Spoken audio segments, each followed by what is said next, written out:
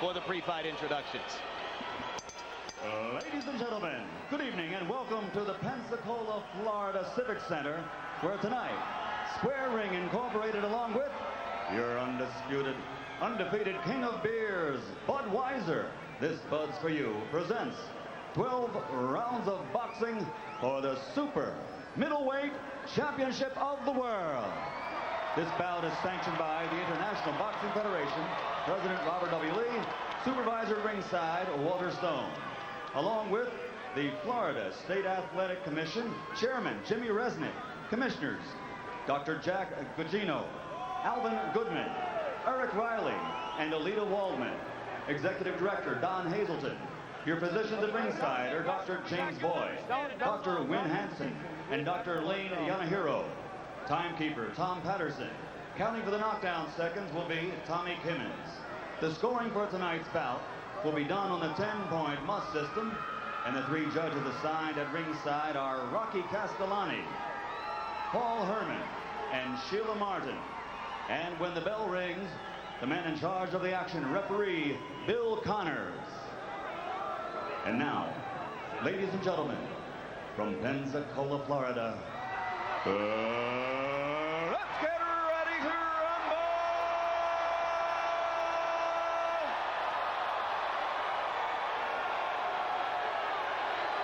Introducing first, fighting out of the blue corner, wearing turquoise trimmed in white, and weighing in at 167.5 pounds. He comes to the ring tonight with a professional record of 26 victories against 4 defeats, with 1 draw, and 13 of those opponents have been knockout victims. Ladies and gentlemen, from Cleveland, Ohio, introducing the #1 ranked challenger in the world, Antoine Byrd.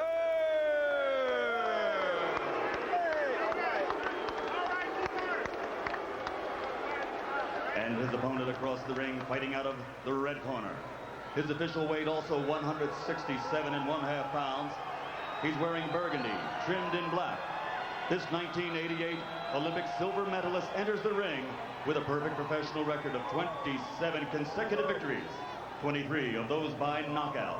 He's captured 2 world titles, and he's rated by many as pound for pound being the best in the world today. Ladies and gentlemen, from Pensacola, Florida, presenting the 2-time world champion and reigning undefeated Super Middleweight Champion of the World, Roy Jones Jr.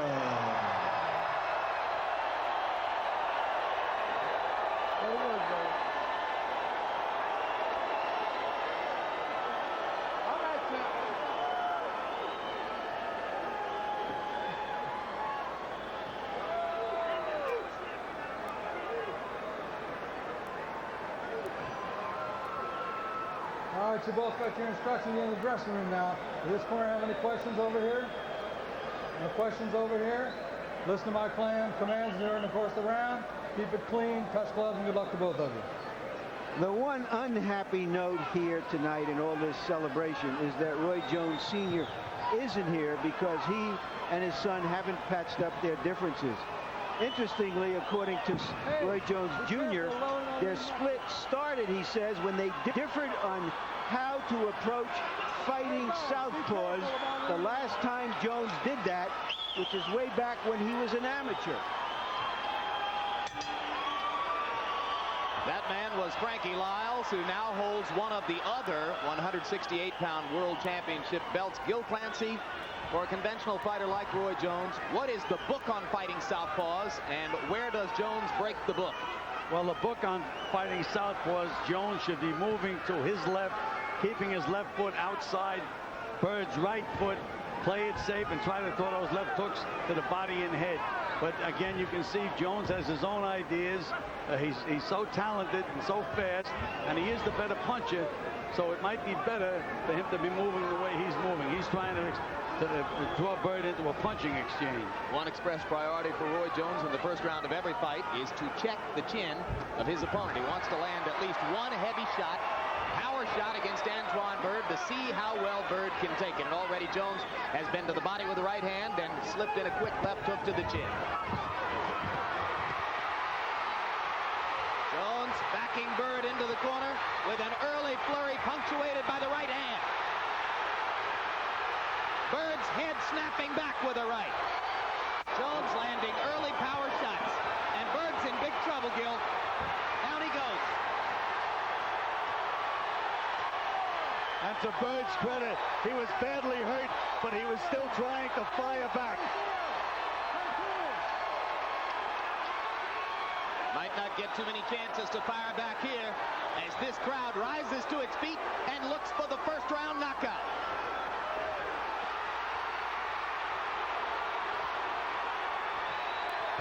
He's taking terrible punishment now. Many opponents are stunned by Jones's speed in the first round, and that is part of Byrd's experience right here. How do you feel?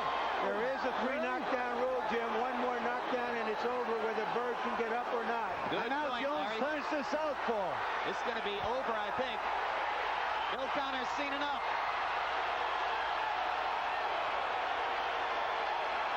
No upsets in this tournament. Well, we said he wanted to drop Byrd into power shots. He certainly did. He took the shots, he fired back, but the incoming was just too heavy for the outgoing. Unbelievable how many solid punches Jones landed in such a short space of time.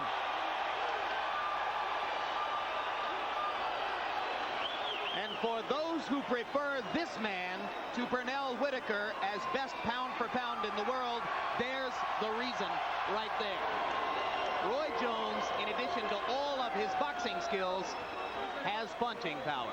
And let me quote from his rap song. You done climbed to the top of the ladder to lose, and when I exit the scene, you left there battered and bruised. That from the fresh Blintz of Santa Monica, Larry Merchant. You know, we're watching a phenom here right now, gentlemen. We may be seeing one of the most talented fighters that's ever come along in this game.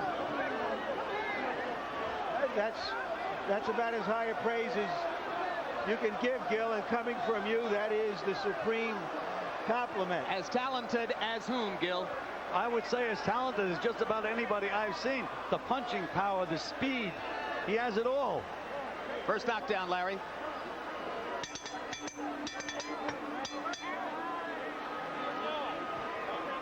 As you pointed out, Jim, he says he would like to test his opponent's chin in the first round, and if nothing happens, he will then go back and take his time and look for a more methodical victory. But he felt he could hurt Byrd, and Byrd fought him back, and this is the price he had to pay.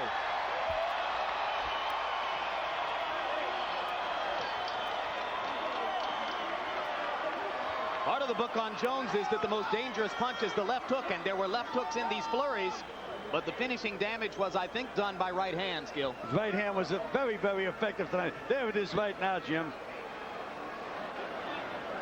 So throwing punches from all angles, using his amazing body chemistry in there, Jones whacks out Antoine Byrd in the first round. And right now, let's go to ring announcer Michael Buffer for the official particulars of this one. Ladies and gentlemen, referee Bill Connors has to call a halt to the bout. The official time, 2 minutes, 6 seconds. The winner, and still the undefeated super middleweight